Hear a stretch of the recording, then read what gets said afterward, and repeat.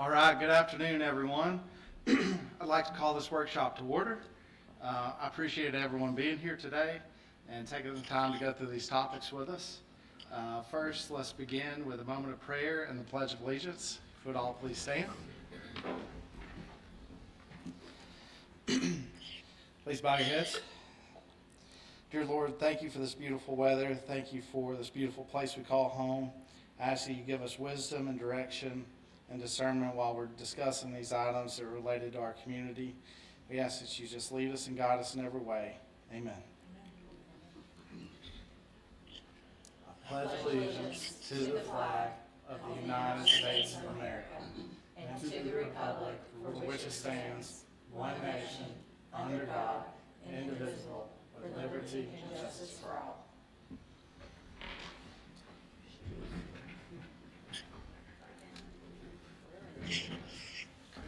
Thank you, everyone. We have several items up for discussion tonight. First will be a review of ordinance number BR 2026-07, establishing general purchasing policy and regulations pursuant to the city section charter 6.31, providing for severability and providing for an effective date. This last month, there was some discussion over our purchasing policy, and it seemed to be that there was a little bit of confusion with certain authority and who could approve what. And so this issue was also, when we looked back, it was mentioned in our 2023 audit recommendations. And so I believe that it's a good idea for us to clarify and formalize our purchasing policy and procedures. With that in mind, we've worked with Chuck to draft a proposed ordinance. The revisions here can be discussed tonight. The goal is to bring our purchasing policies into full alignment with the city charter, which requires the city council to establish a system of centralized purchasing through the ordinance. In general, just overall, this ordinance creates a clear, structured system for how the city handles purchases, who approves them, when competitive quotes are required, and what exemptions apply. The policy is in your packet. I'd like to open the floor for discussion on the proposed policy and hear any feedback, how we should move forward.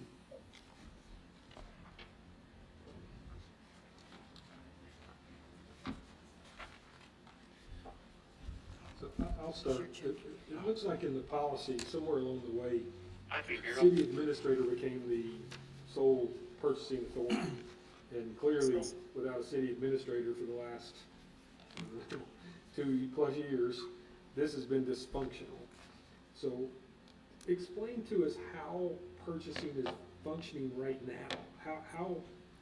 How is it working right now without a city administrator?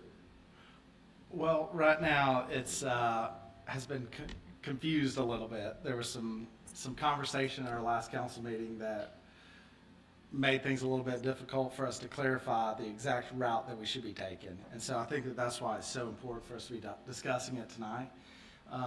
We've gone back into the minutes of the past to see exactly what was written out and what exactly the guideline was. That's where it got really confusing with which minutes were approved, which minutes were not approved. So the ordinance before us is the official approved ordinance. There is no other. This is it. Okay. This is it right here. And so, so right now, like you said, everything is directed through the city administrator, but we do not have one. And so, ultimately, what this draft does is give the purchasing back to the mayor. And I would have the ability at that point to delegate or within City Hall for the purchasing. So how is it working now? A purchase order is created, Mm-hmm. and there are sign-off levels with that now? I'm asking because I actually don't know. Mm-hmm. So who signs off now and says, yes, write that check? Lisa, how do you know to write the check? I have a purchase order from a department head. So a department head is signing off, and so the department head is the actual person with the sign-off authority? I know you're signing checks, or maybe even I'm signing checks, but for the purchase order to be approved to spend the money, it's created by somebody, and the department heads sign off on those. So every department head has the ability to sign off up to this $5,000 number. Yeah, and then it goes to the mayor. So above $5,000, you have to sign off on that currently. So in the revision here, where you say mayor or his or her designee, if there's a city administrator in the future or an assistant to the mayor in the future, that could become your designee. Could your designee also be the department heads as you're currently doing? Yeah, yes, sir. I believe so. And I think that's kind of the goal of mine is I think that each department head working with a monthly budget should have an idea of what they're approving, what's going on with the purchasing. And so with their involvement also with mine, because ultimately the responsibility is mine, whether it's here or not, And so I think having it spelled out with my involvement with each department head, I think is. So with the 23 audit, this was one of our issues, I think, was around purchasing policy. Does using the term mayor and/or his designee, does that resolve the issue that we had in 23 with audit? I think so. I think it would, yeah. I feel like it might have too. maybe. I don't think that does. Oh, it doesn't? Chuck, can you? Okay, if something Yeah, happens to the Amanda, mayor, can you who's the designee? restate the question, Jennifer? Hold on one second, Bill has a statement. Go ahead, Bill. Okay, I don't agree with that. If something happens to the mayor, who is the designee then? I mean, that would be nobody. Then we're talking about the Well, department heads, right? right now, in the under event, 5,000. in the event the mayor can't, the pro Okay, tem. I can barely hear who's ever talking. Are they talking Yeah, into the mic? unfortunately, you're not here, so, I can yell across the room, Bill. It's the only thing I can do. Yeah. Okay. So, I mean, it's my understanding the mayor pro tem assumes responsibility for the mayor in the event the mayor is unable to do their duty. In the event both the mayor and the mayor pro tem are out, it would have to default back to the city council. So maybe we need to say that in here, that the mayor in the mayor's absence, but I think the mayor pro tem document says the mayor pro tem fills in for the mayor in the event the mayor can't perform their job. I think. I believe so. think that's If I were, out of the country or in the hospital or, something along those lines, if I could not be contacted to sign off on something, I think that would be. Would just be safer to have it in writing. Then the Yes. request would be that, to say, in the mayor's absence, the mayor pro tem assumes this role. In the absence of both, it goes to a Back to council. three vote council. And then it's clean. Yes. I agree with that. I agree with that. Okay, can you hear us? Yeah, I can. If somebody could just restate the question for me. The question was, do they need to add specific verbiage to clarify the designee? And they're saying it's No. their understanding that the pro tem would take the place of the mayor. So can you explain how they would clarify that? All right, so let me come back to the pro tem question in just a minute. And let me give just a little bit of background, in terms of how we got here. So obviously the charter requires the city by ordinance to adopt a purchasing policy, which we have. The existing purchasing policy basically provides the authority for purchasing to the city administrator subject to the terms of the policy. Where everything got confusing is when we no longer had a city administrator. There were several efforts to amend the purchasing policy, and there were several efforts as a stopgap measure to, on a temporary basis, assign what was the city administrator's authority to, other, either the city clerk or other city employees. What is presented tonight is basically the existing purchasing policy with a couple of proposed changes. The most notable is the authority that once was given to the city administrator would now be given to the mayor or the mayor's designee, so that in the event that the mayor, and I think Andy was touching on this, in the event that the mayor were absent for some reason or unavailable, the mayor, much like the mayor under our charter, has the ability to bestow the mayor's administrative authority on other city employees. This policy, consistent with that, would allow the mayor to designate someone else to, authorize purchases. Again, it's all going to be subject to policy. It still has to be within the constraints of the policy and subject to the $5,000 limit. And the other change is reducing the $75,000 tier to $45,000. But subject to that, the mayor would still be able to delegate his authority under the policy to someone else. That someone else could be the mayor pro tem, but it doesn't necessarily say in the policy that it would be the mayor pro tem in the absence of the mayor being there. If that's something the council wants to consider, then we could revise the policy to provide that. But right now it would be either the mayor or the mayor's designee, and if the mayor were to so designate the mayor pro tem, then that would be acceptable under the policy. Did I answer the question? Sort of. What if the mayor and the mayor pro tem are not around, and a purchase order needs to be approved, and there's no designee for that outside of that? So it's a $6,000 purchase.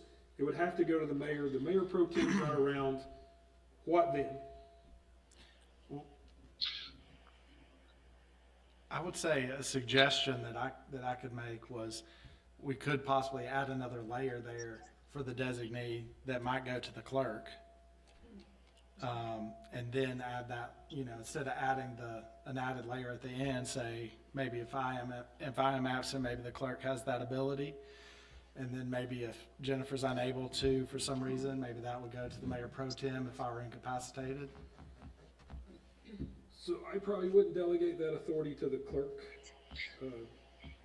I wouldn't have it rest there. Yeah.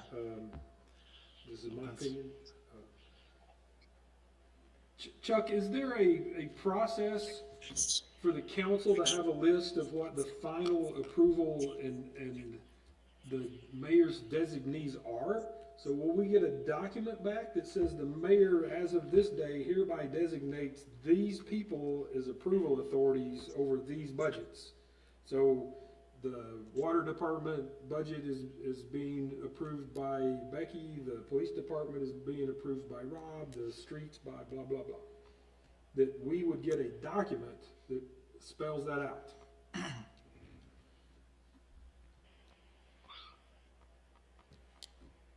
Otherwise, we don't know otherwise we don't know who's designated.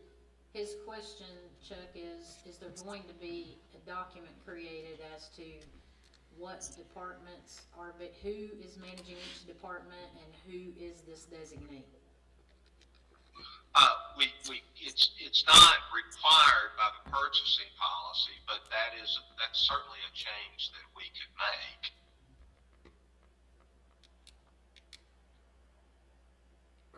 I think it makes sense for the council to know who we've actually given authority to purchase to, right? I mean, right now I don't have a clue.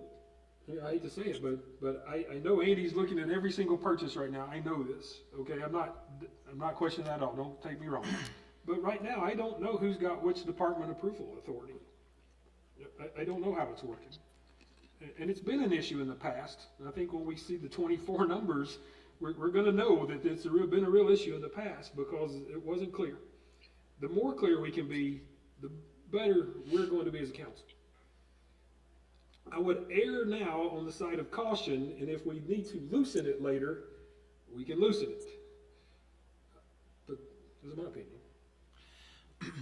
I don't think that it would be a problem to map out what the designee would be. I don't think that would be an issue to put something like that together at all, Bubba. Yeah, That's this a can good just be a idea. document, and then in the event that all the designees are out, I don't know, went on a cruise or something, then everything's got to default back to the council for a 3-person vote, right? No one council member has the authority to approve an expense. That does not exist in this ordinance. If you read this ordinance, not a single individual council member has the authority to spend any money. It's a vote of 3, right? So in the event of you and your designee, whatever sheet we get is not here, an expenditure must go to a vote of 3 council members. Am I right, Lisa? Yep. I mean, I think that's kind of my understanding. Chuck you want to relay that, Chuck, Jennifer? can you hear Bubba? I can hear him, but only bits and pieces. So his question is, if the mayor and the designee are not present and it exceeds the 5,000, would it not go to the council for a vote?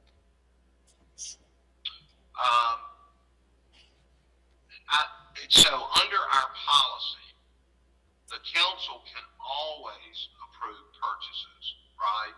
In other words, this policy is only providing for a system of purchases that don't necessarily require council vote. I realize the policy says for those third tier purchases, those things that exceed, $45,000,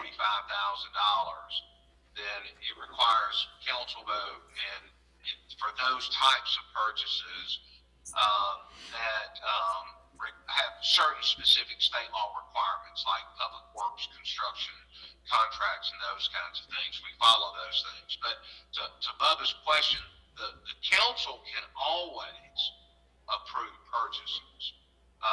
This is just providing for a system of purchasing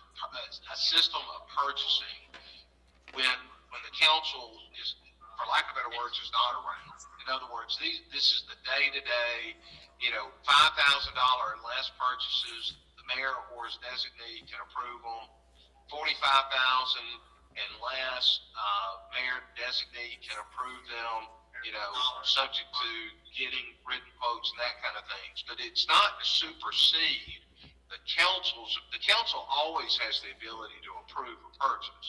So if you were in a situation where the mayor was unavailable, there was no designee, no designation had been made, and we needed to approve something, is the question, could you call a special call meeting or have the council approve it at a regular meeting? Absolutely. Council always has the ability to approve a purchase. And that would take a vote of 3 council members, correct?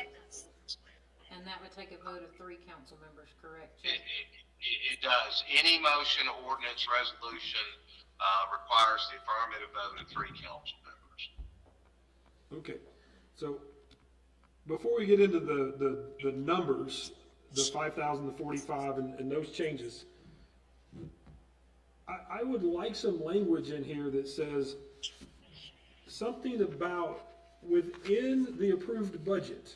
So the city can operate itself within the approved budget.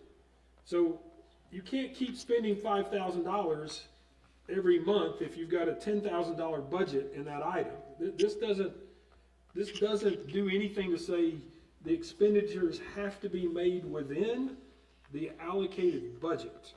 And I think what's happened a little bit in the past is money's been getting spent without the budget comparison, and they can just keep spending $5,000 because this says they can spend $5,000. But they can only spend it if they stay within the budget. So I would like that language added to this. Okay. At all levels, levels. Because we as a council, we want Mayor Rhodes to be able to do everything he wants to do, $5,000, sign checks, the city's operating, go. The day they cross over the budget limit, we have a real problem. We gotta amend the budget, and they can't spend another $5,000. But this doesn't have any language to stop that. Does that make sense? Yeah, and I did hear that, Bubba. And yeah, I think it contemplates that, everything would be, it's got to be in the budget. But I agree with you. I mean, I think there's no harm in clarifying that in the policy. That, notwithstanding anything else in the policy, all purchases have to be in the budget.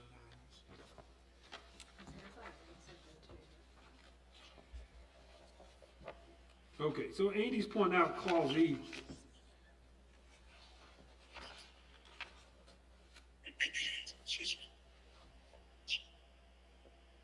So that's, So you're interpreting this as if the budget's been maxed out. yeah. Well, kind of a non-budgeted purchase, if that were the case, we kind of got to send that up the food chain, down the line. Chuck, they're referencing section E of the proposed purchasing for the non-budgeted purchases. Right.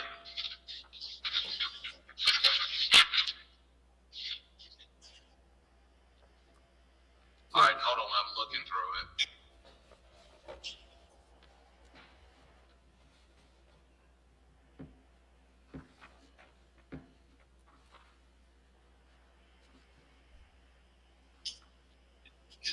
It's I think that basically clarifies what I'm talking about there. That says you can't overspend your budget, even though you can spend 5,000, 5,000, 5,000. If you've hit the budget, you don't get another 5,000. Yeah, I take it too. Okay. All right, so we can talk about the amounts now? Sure. So, is an idea, like in routine, normal activity, how many checks over $5,000 or is this a daily activity?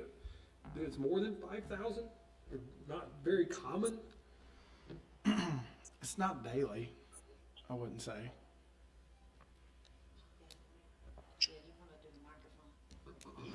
I don't feel like it's Most of them are routine, like the electric bill, everything. Yeah. Chemicals. We I do think have you need to several. turn that on, We Lisa. do, yeah, sorry.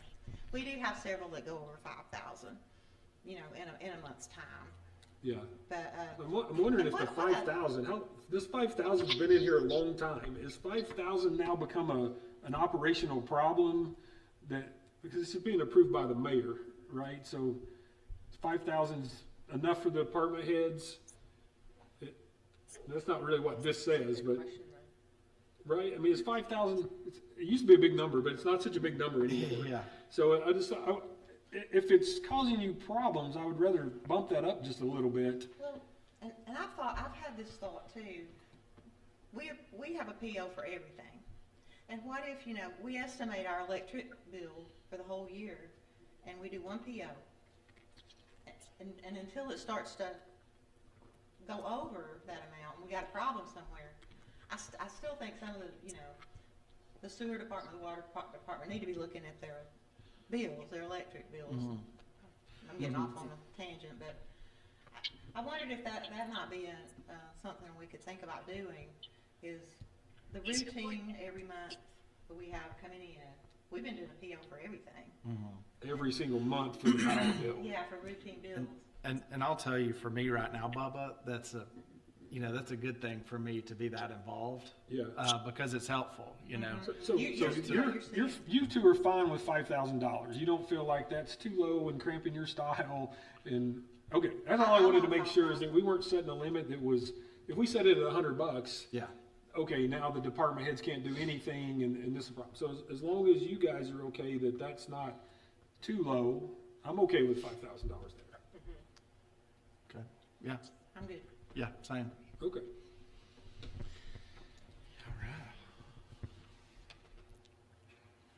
All right, the second one, you're actually dropping this from $75,000 to $45,000. Why? Well, I've heard some complaints about the 75 being a lot of money, and so, dropping that down to maybe, increase some transparency. help with, you know, the bidding process maybe. Maybe we could open those bids up to more people. Maybe that helps us. Maybe that 45, if we start bidding that price range of job, maybe we'll get a better price, you know, by fielding more bids. I like the 45. I always thought the 75 was a little bit too expensive. Yeah, I agree. Too high. I agree. I think changing it's good. And more competitive bids, I think, are good. Give me an example of what you'd spend $50,000. You know, a police car or a new track hoe or a mowing machine. I think vehicles, obviously all those big ticket items, but there's still stuff with the water department and that plant. I mean, if you're building a new pump house, it's way over $45,000. Well, and there could be there's some parts within the water department now that we're looking at and kind of pricing out that it's one little thing and it's, you know, $75,000. And Right. so I think there's some of that is surprising, those numbers, but for the most part, it's not So dropping this down to 45, that's getting more competitive bids, so it forces department heads then to go look for, if there's a sewer pump that's 60 grand, they can get a competitive bid for different sewer pumps, just as an example, right? Yeah. But still, the council's not involved in that. That's all still lies with you as long as it's budgeted. Yes, sir. Budgeted items only, so that there's no surprises there. Okay. So I'm good with that. Yeah. Okay.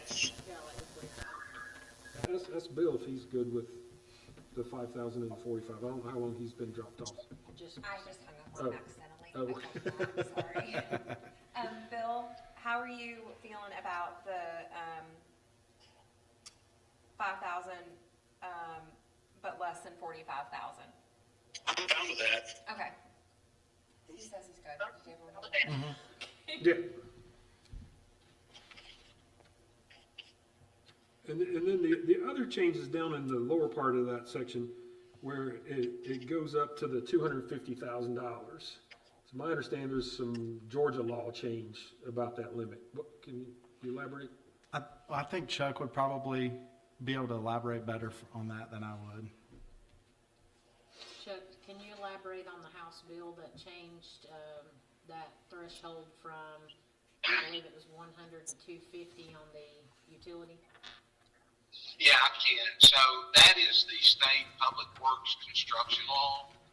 And for many years, it required, think of public works construction as basically bricks and mortar. So for bricks and mortar projects, if they exceeded $100,000, then those contracts had to be let pursuant to state law. And there was a process where you could either do it by competitive sealed bids or you could do it by request for proposals. That law is still in place. The only thing that's changed is they raised the threshold from 100,000 to 250,000.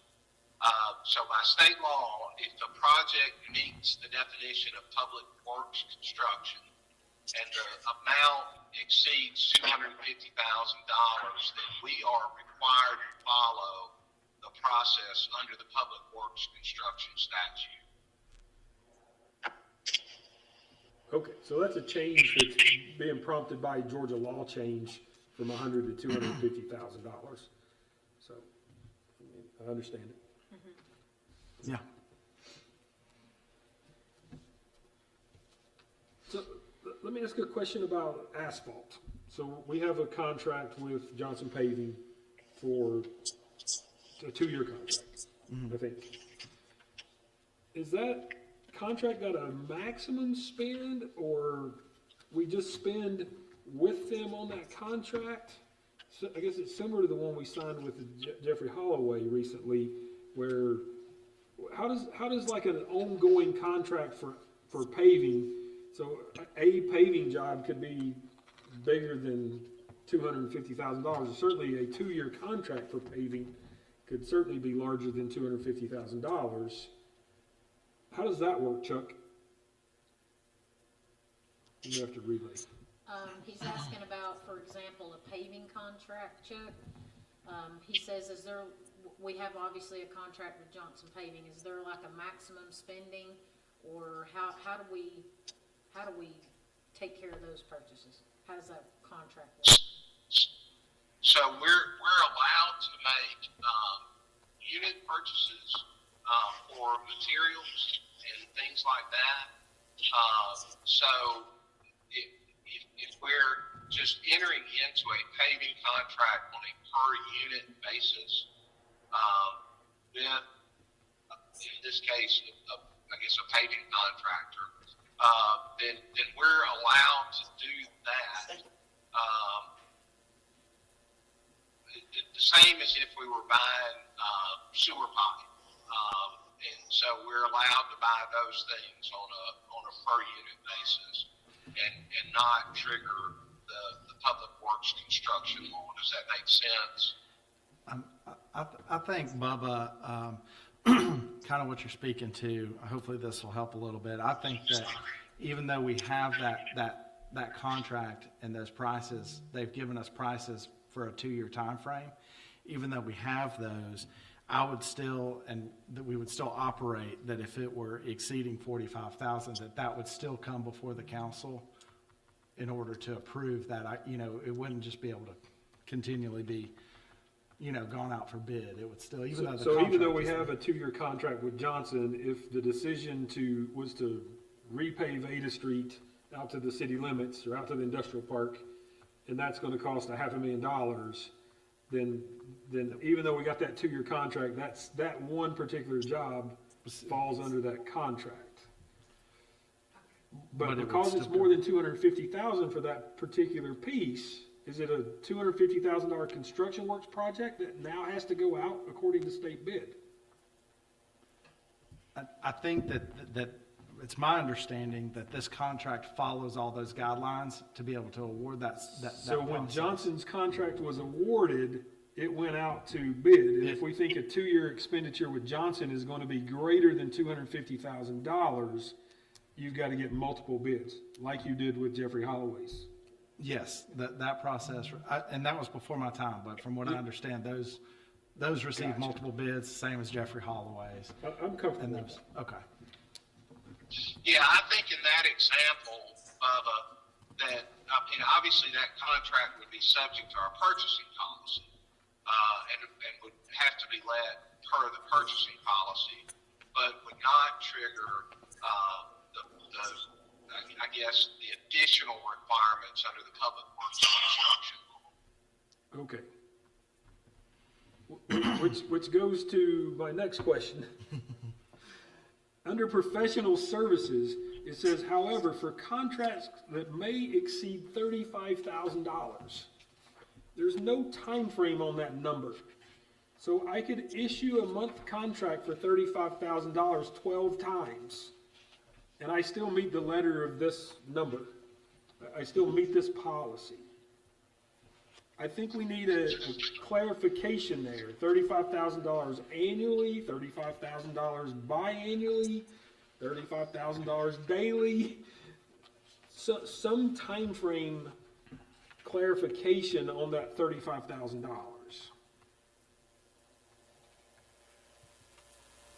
Chuck, he's mentioning the item C2, professional services, and the limit of And 35. Yeah, and to have some sort of duration in there, $35,000 over what period of time? Okay. I think we can deal with that. And I don't know what a logical value is on that. Is it $35,000 annual? What do you contemplate with that number, Andy? Do you know? I do mean, not that was know. already in the I old I was about to policy, say, I right? believe that was already there, so, 35,000 annually? 35,000 in 6 months? They give you $70,000 on a particular contract with a particular vendor, or consultant, or contractor, or. As long as we put a time frame, I'm not too keyed up on what, but it can't be, this is open-ended, so you could do $35,000 every day.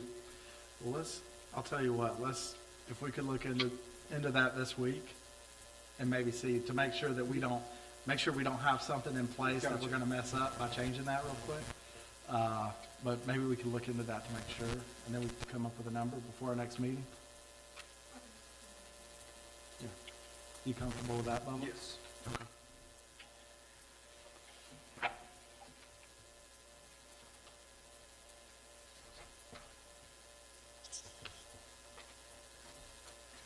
Any other feedback? So, sorry,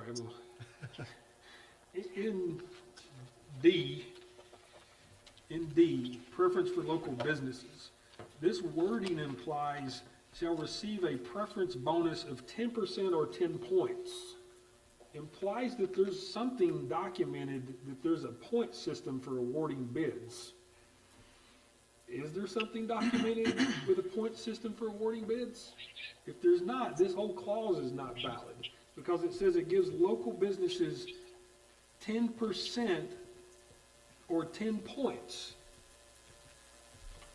Yes, there's a form, that's used internally, and I believe Becky could explain this best, but that form is completely a calculated number based off of experiences that the city has So already have we had good experiences in the past? Have we Yeah. worked with them before? So there's a point system. Yes. Okay, so For that's recommendations. got, again, For multiple departments, that's how she explained it. and I guess there's a internal policy that's got that in there, something? I mean, like, should it be part of the purchasing policy? You shall use this purchasing policy to go with this? I'm not sure about the attachment to the purchasing policy. Let's but- look at that too, and just see Okay. what is that document?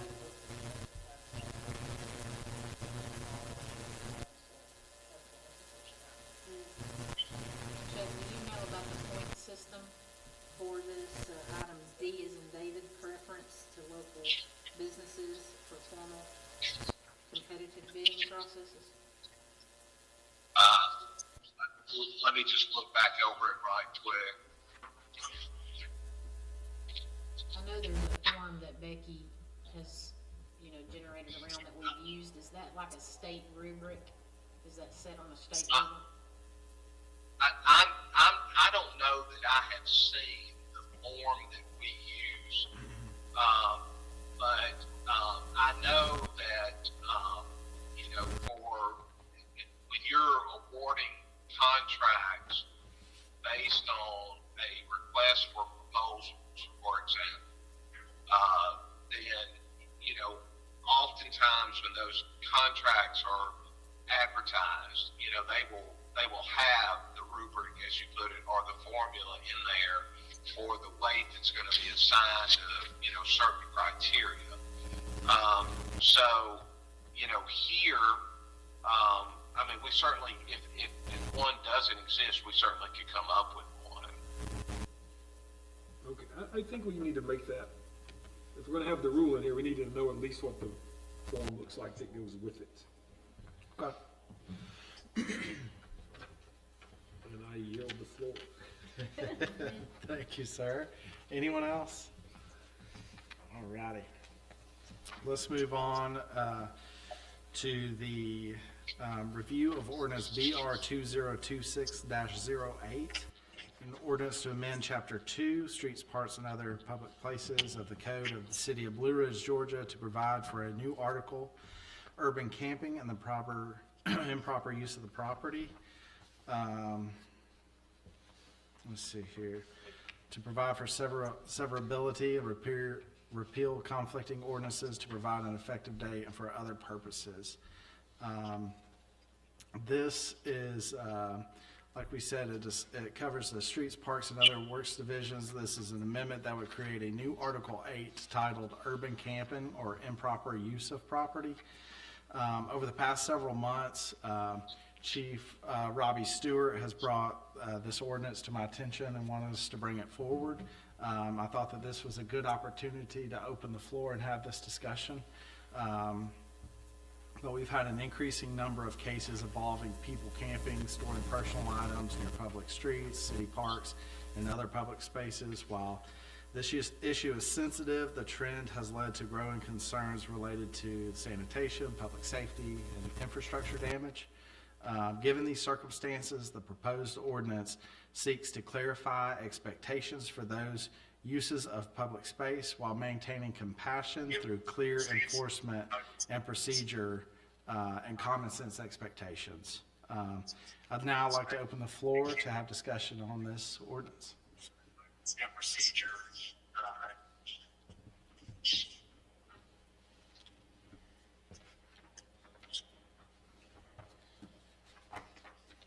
Any questions?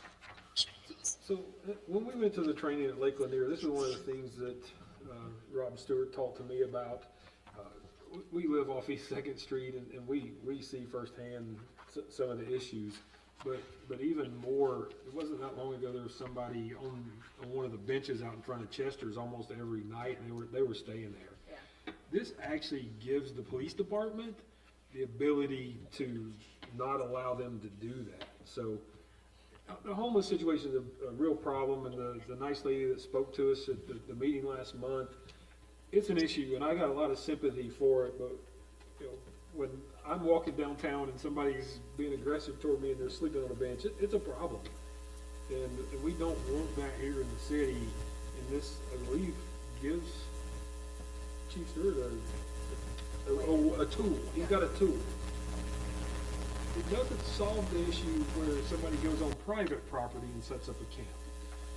So we don't have any authority over that. There are already laws about trespassing and all of those sorts of things. So we don't have any way as a city council. If somebody is got a homeless encampment on your private property, this criminal trespass, and it needs to be turned into the sheriff's department as such. True? I believe, I was trying to pull it over, or scroll through here. I believe that there was something in here that said with private property, you could, they would need to show that they had permission in some way to be there, if it was private property. And so while that, because I think that that's also an issue that, you know, it could be a location that's private property that's not necessarily in someone's back door. Yeah, so item C, private property says that. So in addition to normal trespassing laws that exist, then this gives yet another layer to implement. Okay. Yeah. I like it. And speaking with Rob, you know, like you said, I think you hit it on the head that it gives our police department a tool. But I think that Rob wanted to make it clear that we also don't want to just go out and use this as a way to arrest anyone. We don't want to see anyone go to jail, but it also gives us a process to say, hey, here's a verbal warning, here's a written warning, here's, you know, we're progressing down the line here so that we can, it gives them a way to police. So. Yeah. I do have, back, I guess it was 2024, because I couldn't find it for a while because I emailed Joe, and Joe was supposed to, I think, email it to Chuck. I don't know. I know I asked you about it. Remember if we, okay, yeah. So I pulled it up where I reached out to another small town that was having issues with it because, you know, it's very, I guess, like hard to decide. But it was when we had like our, you know, we have a lot of locals that are also downtown, like young kids like walking back and forth to their cars, to where they were like getting scared, to where you don't want to be dangerous. So I looked at it, and I found 4 other ordinances that another city had given me, and I had just shot them over to Jennifer because I just found them today, where I could run it. But you know, if there's anything else that's like helpful, if you know, if not, it's not a big deal. But Yeah, I think that that's a great idea to look at some other ordinances. If there's anything that we could add to this to show a little more favor or compassion or you know, whatever, I think we can add that. And this is, of course, not something that we have to move forward to the next voting meeting. We could bring this up at another workshop if we wanted to offer another draft. But I'm happy to continue the discussion. So So based on this, currently right now, are they getting a warning with it happening, or just nothing's in place right now? I think the process right now, there's not a lot in place as far as what we're able to do. And Rob wasn't able to be here tonight, but he could probably answer these questions a lot better than I could, so. Well, I think my concern is too, is just like obviously, right here we have, that, there's gonna be an oral or written warning, Mhm. and then, second time a violator, possibly is gonna be arrested. Mhm. I'm just wondering if there's like, during that warning, if there's a way for us to provide information, like to location, like if there's a shelter we could suggest. Mhm. Because clearly this is a national problem, we're not the Yeah. only ones dealing with it, but at least maybe possibly providing a solution. I mean, it's not like these individuals are, doing this because it's not forced. So, Yeah. they have nowhere else to go. So I think that's a great idea to have a trying to list of figure out a services. way, Yeah. I think so too. Yeah.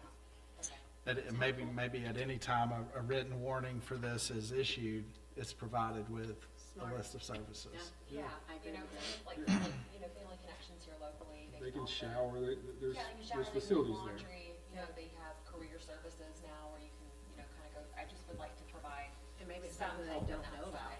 Yeah. Yeah, Okay, it's a good idea, I'll make a note for it. Smart. good idea. Thank you. Okay, I've got a question. Uh-huh, Can you hear me? yeah. Yes, sir. Okay, we're being reactive right now, which is okay, because I know we really have a bad problem.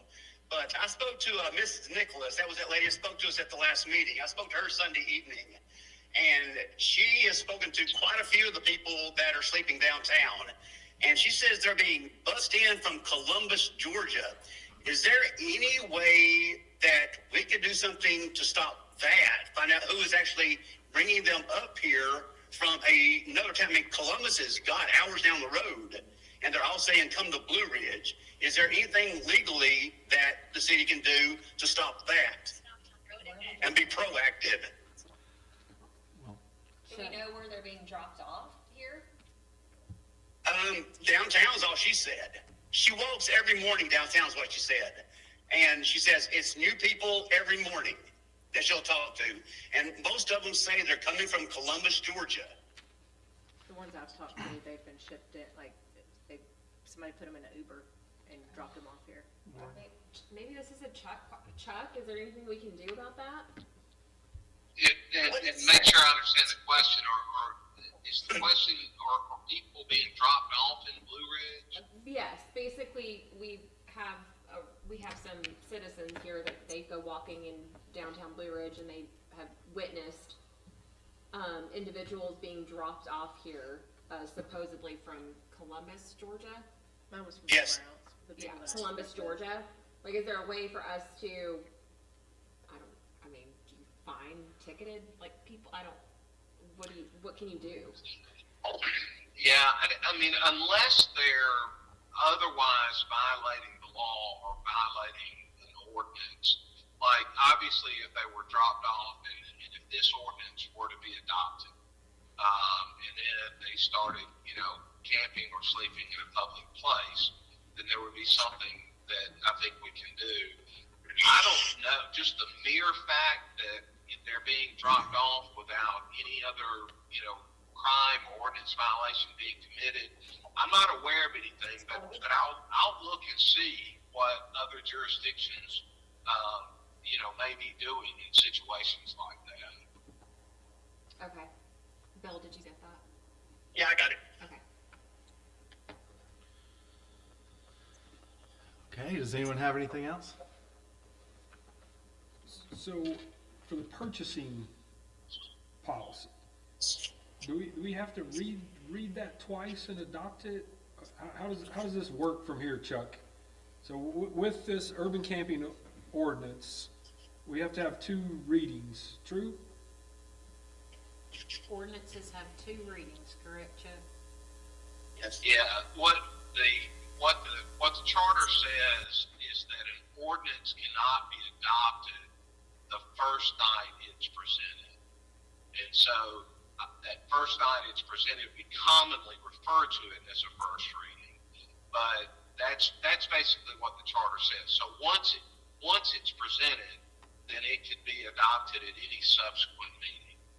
So is this workshop the first time this urban camping has been presented? Or do we have to do that in a formal meeting and have a motion to?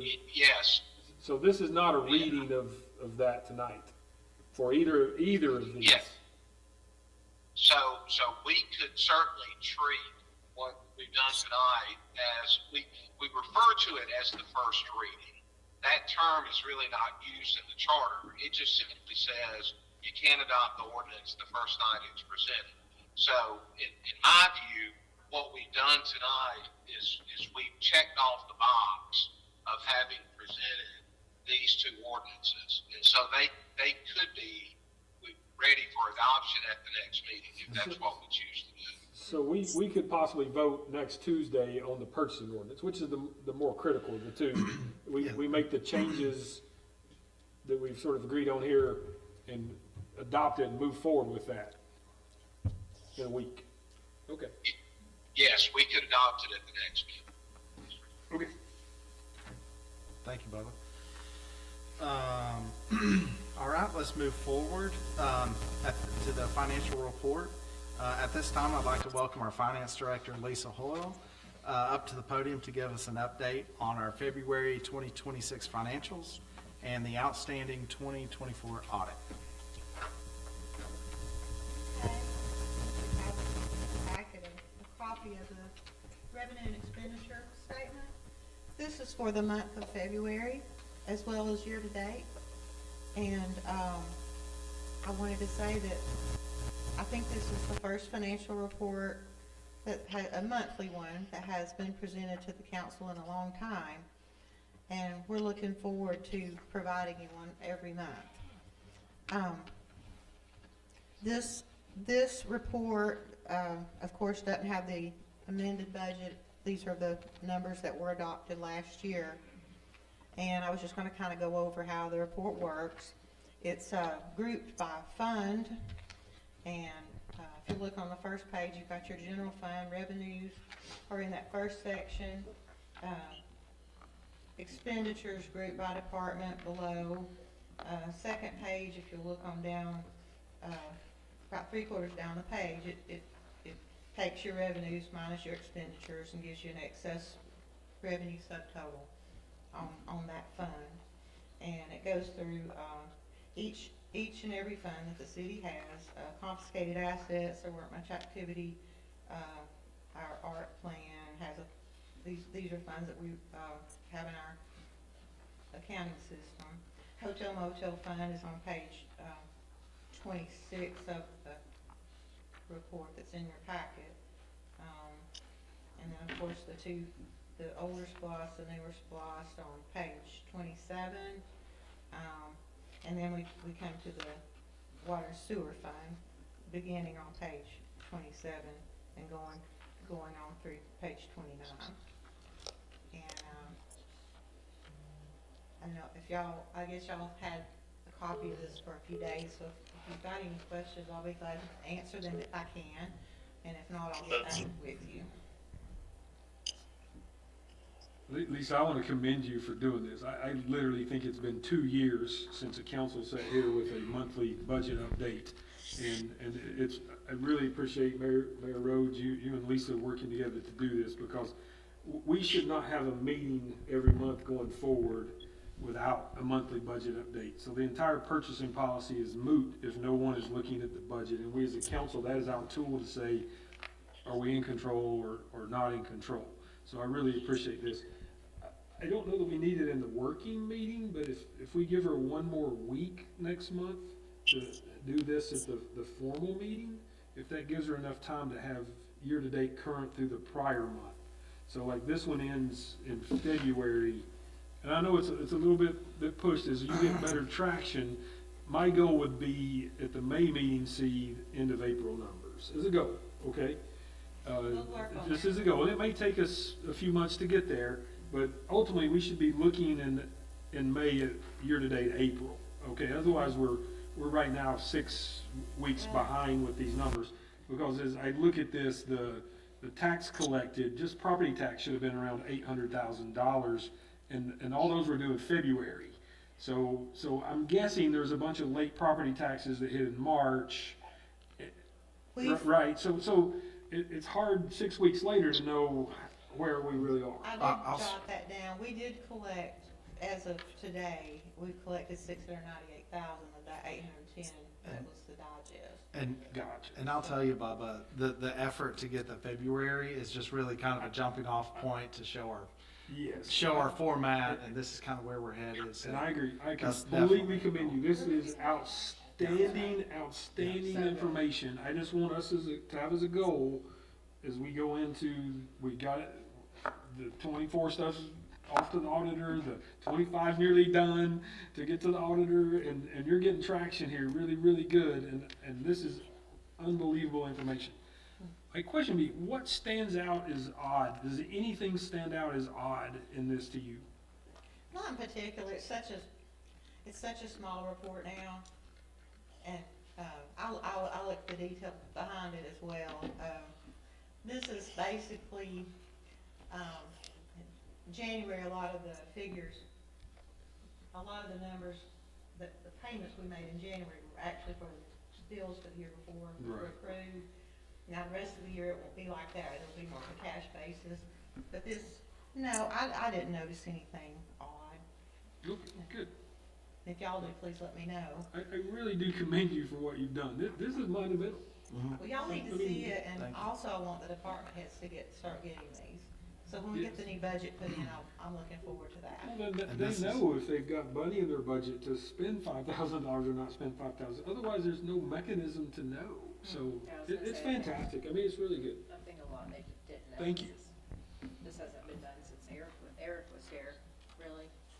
Yeah, Is that the last one? yeah, this last one, Thank you, Annie and Lisa. This is Yeah, great. this is all Lisa. She's done a fantastic job, and she's continuing to do a fantastic job, and I'm proud that she's leading the way here. I think we're in good hands. We're truly trying. Thank you so much, Lisa. We like it to be in good shape. Yes. Okay. Alrighty. Any other questions? All right, let's move on to public comment. That wraps up all of our discussion. Oh, I'm sorry, I left that. You want to Talk speak? about the audit update? Yeah, sorry, I'll try to. Yeah. We were able to meet our target date of March 31st for providing all the required information to our auditor. In order for her to begin the 24 audit, she anticipates completing the first part of the audit by the end of May, with the single audit component of the audit completed mid-June. And we are confident that our accounting department, especially with the additional staffing provided, that we will be able to support Casey with any questions that she might have for the 24 or any assistance that she might need. So as of right now, you see the 24 audit being complete in early June timeframe? We're anticipating mid-June, Okay. from talking to Casey, yeah. And then, I hate to put you on the spot, but the 25 books then, I know you'd made a ton of progress on those. Any guesstimate as to when you might have the 25 books ready to go? Well, Is too much on the spot for that? yeah, and I'll kind of speak to that, Bubba. I think with that 25, we're definitely making progress with our new hires in the accounting department. We're moving along, and but I do think that we will probably be in a position to have to ask for an extension in order to get into good standing. So we'll need a little help there on the state level to be able to get that extension accepted. But I think that even with the extension, we are optimistic to just be right behind it. Okay. Good job, Lisa. Yeah. Hopeful. We appreciate it, we really do. yeah, thank y'all very much. Thank y'all. Right. Now let's go ahead. That wraps up our discussion items. At this time, I'll open the floor for public comment. Let's please keep comments related to the topics on today's agenda. Anyone?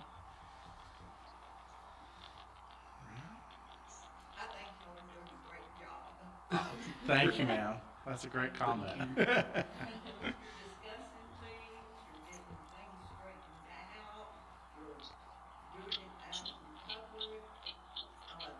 Yes, ma'am. Thank you very much. Harold would be proud of you. Thank you, thank you, thank you, thank you. That means a lot. All right, thank you for everyone. I guess if there's nothing else, I'll make a motion to adjourn. Oh, I'm sorry. I got it excited. No, I'm done. Do I have a motion to adjourn? I make a motion to adjourn. I'll second. All in favor?